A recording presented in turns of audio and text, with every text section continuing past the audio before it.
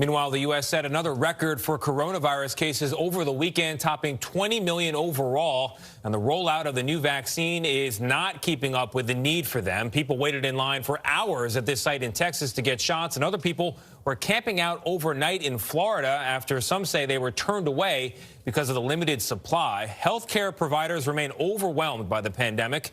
So far, only 4.2 million Americans have been vaccinated, according to the CDC. Keep in mind that is far short of the Trump administration's original goal of vaccinating 20 million Americans by the end of December. The U.S. Surgeon General Vice Admiral Jerome Adams joins us now. He's a member of the White House Coronavirus Task Force. Dr. Adams, good morning. Thank you so much for being with us. Good morning. Good morning. As you heard Tony just say, the Trump administration said that 20 million people would have been vaccinated by the end of 2020. We are at about 4.2 million people. Why is this taking so long? Well, let's be clear here. What we've consistently said is that we would have 20 million doses available, and Operation Warp Speed has delivered on that. I want to level set with people. We're 3 weeks into the largest vaccination program in United States history. And any public health official you talk to, I ran a health department, but ask Tony Fauci. We had a conversation about this. When you look at H1N1, which was under a different administration, we knew this was going to take time to increase, and we're seeing it rapidly increase. In the 72 hours before the previous report, you had 1.5 million vaccine doses that were reported in 3 days. Yeah. So that means 500,000 a day. We are ramping up. And it's important for the American people to understand that, because they have sacrificed so much. They need hope. I want people to understand that less than a year after sequencing this virus, we have 15 to 20 million doses of vaccine available, and we should be hopeful about that, while acknowledging that we've got to do better, and we're going to keep doing better. And I promise you, you'll see in the next 2 weeks these numbers increase substantially. The development of the vaccine is extraordinary, Dr. Adams. But I mean, you look at Israel, which I know is a much smaller country, but 10% of Israel is already vaccinated, and 40% of people over the age of 60. So I'm wondering, the states are suggesting it's a federal problem. The Trump administration has suggested it's a state problem. Where do you see it lying? Well, the answer is yes. And again, I ran a state health department. A lot of the authority lies at the state level. You need federal support. You need state participation.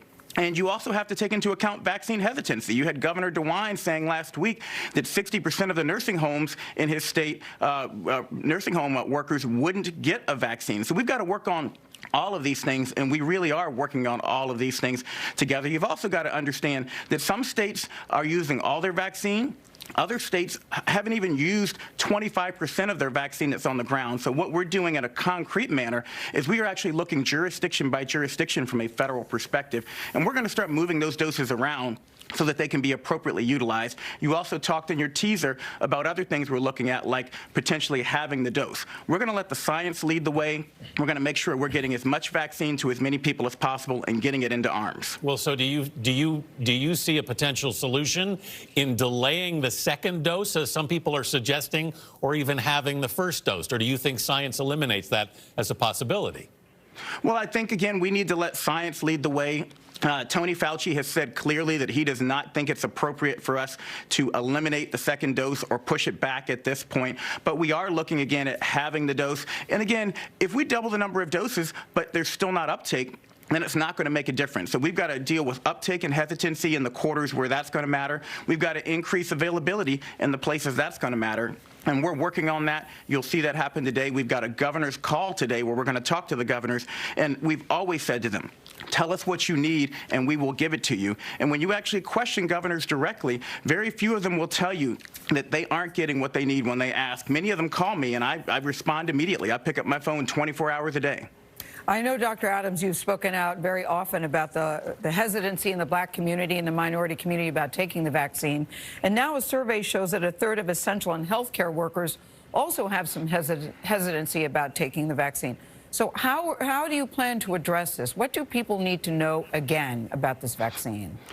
Gail, Happy New Year, and I'm so glad you asked that question, because hidden within what you just said is the fact that the healthcare workers least likely to take the vaccine are healthcare workers of color, healthcare workers who are harder hit by this virus. And so we're continuing to acknowledge the concerns that they have based on Tuskegee, based on Henrietta Lacks, based on real harms that have happened in the past and harms that are happening right now in this country. When you look at Indiana, at the black doctor who unfortunately passed away due to COVID-19, these things are happening now. We acknowledge them. We have to answer people's questions honestly. And NPR had a great story about a Cherokee woman who was hesitant to get the vaccine. She asked her questions. She got them answered in a compassionate and meaningful way, and she decided to get the vaccine. And then we're engaging with trusted influencers. I talked to one of your friends this weekend, Miss Oprah Winfrey, about what we could do, and she mentioned that Tyler Perry is going to help promote vaccine confidence, that she wanted to work with me to help promote vaccine confidence. We want people who have influence in communities to use that influence and get people the facts that they need so they can make an informed choice. Oh, okay. You talked to Oprah. Okay, I couldn't reach her on the phone. But I wanted to ask She was busy with the Surgeon General. Yeah, I see. But before you go, I know your wife has been hospitalized for her issues with cancer, and it prevented you from seeing her because of COVID restrictions. How's she doing? And what's your message to people who have to take these precautions because you couldn't see your own wife?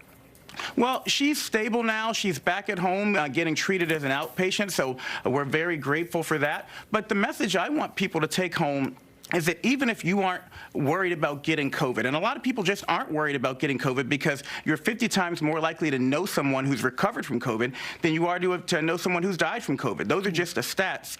But people need to be concerned regardless, because cases turn into hospitalizations, and it means that I can't visit my wife in the hospital. It means that if you have someone get in a car wreck who you love, they may not have a bed in the hospital for you. This has implications beyond COVID. So please, wear a mask, wash your hands, watch your distance, get your vaccine when you can. Surgeon General Jerome Adams. Dr. Jerome Adams, thank you so much again for being with us this morning. Thank you. Happy New Year. Happy New Year. You too.